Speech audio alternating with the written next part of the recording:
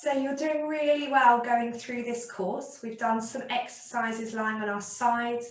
We've looked at our rest position. We've done a bit of a warm up in standing and looked at our control with exercises lying on our back. We're now going to do a taster of an exercise on our hands and knees. And this is really good for our posture. It's really good for our awareness. As always, this takes time and practice. You may notice a little bit of a difference between my control and yours, and that's absolutely fine. So when we come up onto our hands and knees, the first thing that we want to make sure is that we're trying not to lock our elbows. Now, some of you will be really mobile in your elbows, and this is quite hard to keep softness without locking, but just have a go and see what happens. My hands, I'm really spreading my fingers out so that the whole of my hand takes my weight. A lot of people find discomfort in their wrists, but unless you have a fundamental wrist problem, it is all right to have a bit of stress through this joint. It's good for their strength. So spreading my fingers as if I'm trying to make perfect handprints, maybe just gripping ever so slightly as if you're kind of trying to make a handprint on the mat, making sure that my hands are underneath my shoulders, my elbows are soft, my feet are untucked, and my knees are hip width apart. Now my head is going to be moving a bit because I'm looking at you, but my neck position is lovely and long through the back of the neck as if I've got a peach under my chin, trying to make sure we're not looking up or looking down. So just have a moment to practice that while you're not having a look at the video, checking your fingers, checking your elbows, long through the head as if you're gazing down between your hands. And at any time that you need with this exercise, come off your hands, just have a rest however you want. We're then going to find our center position of our back, so back to our pelvic tilts. So we're just tilting our pelvis forwards and back, tilting our pelvis forwards and back.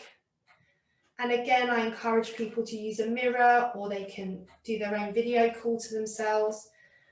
Finding that center point, lovely and long through the head and the neck.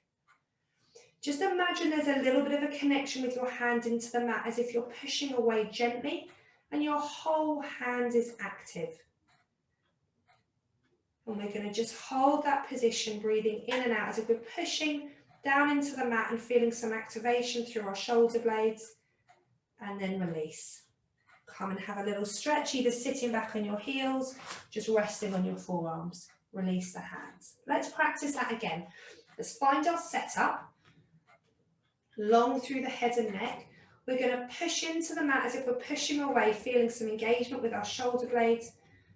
See if you can engage the core a bit. Just breathe in and out, breathe in and out, breathe in and out. Just pushing into the mat, softness through the elbows, and then just relax. Stretching off again. Let's do one more, and this time I'll call the breathing a little bit more specifically. Find your alignment, check the hands.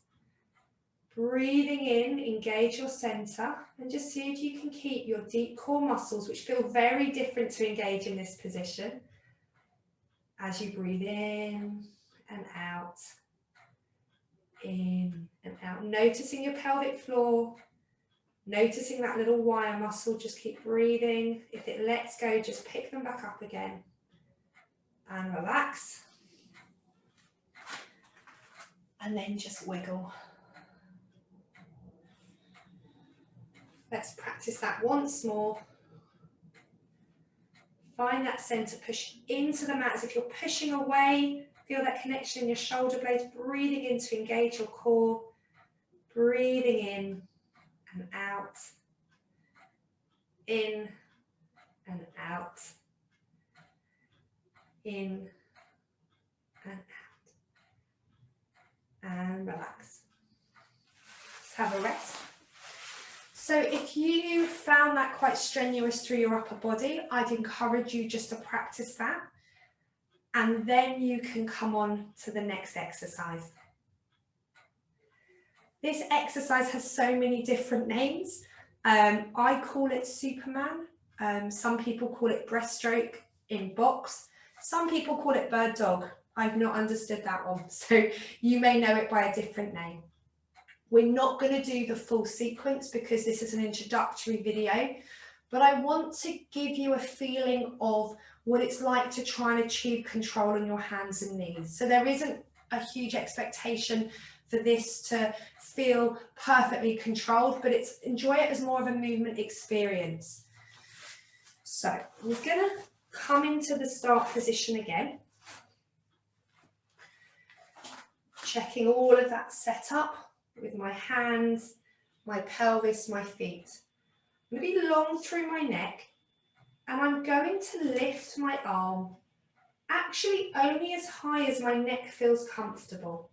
I'm going to bring it back down, and I'm going to change arms. So this is what the exercise looks like, just with my arms. Okay, so now time to join in.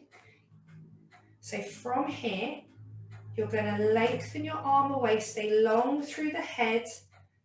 You'll notice that you may be able to get your hand higher or lower than me.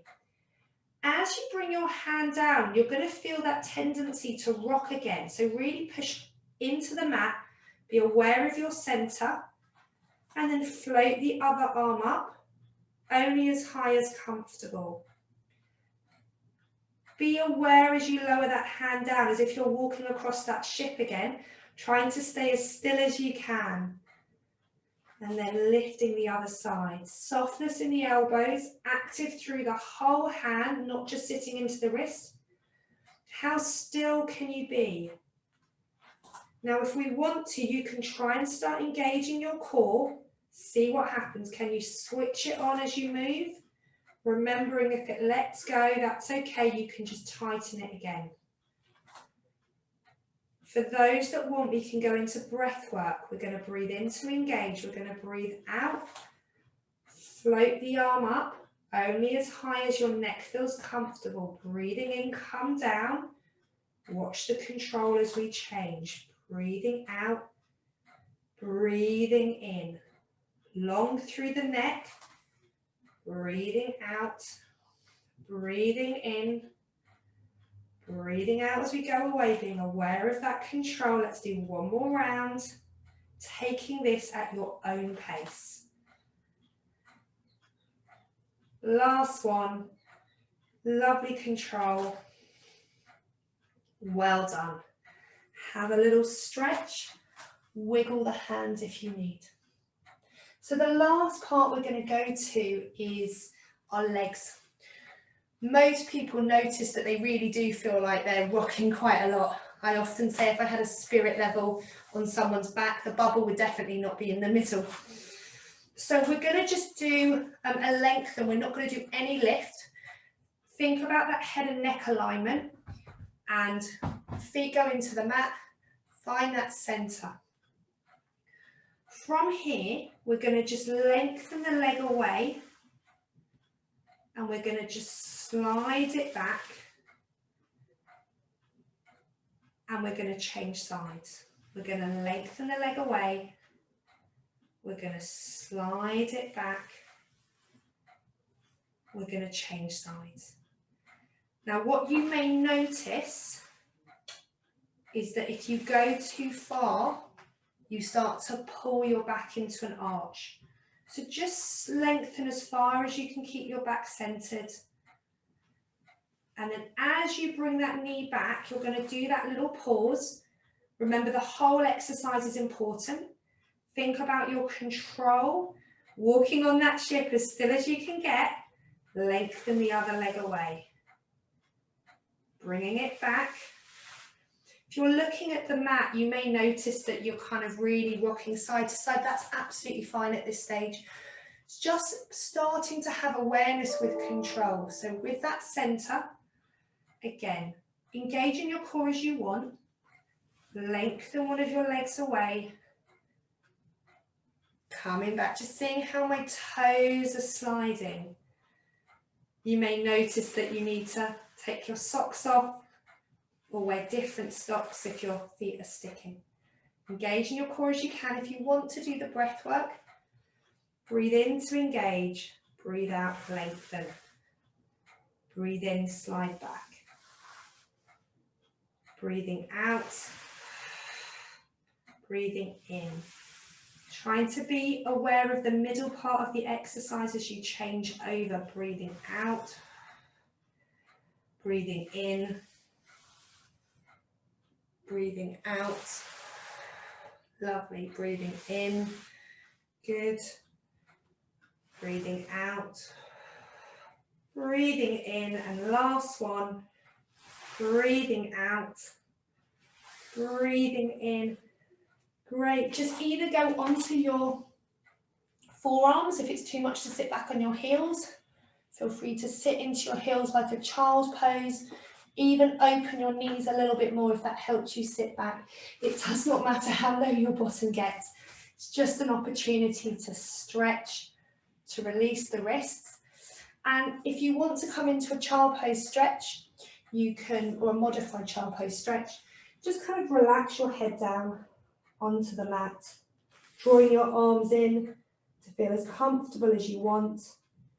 If that does not feel achievable, just make a little mound with your hands and just rest. Breathing in and out,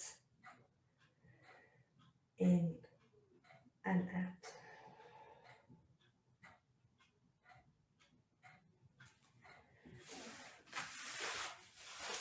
So there'll be a bit of awareness in your wrists. That should fade off quite quickly. It can take some time just to practice.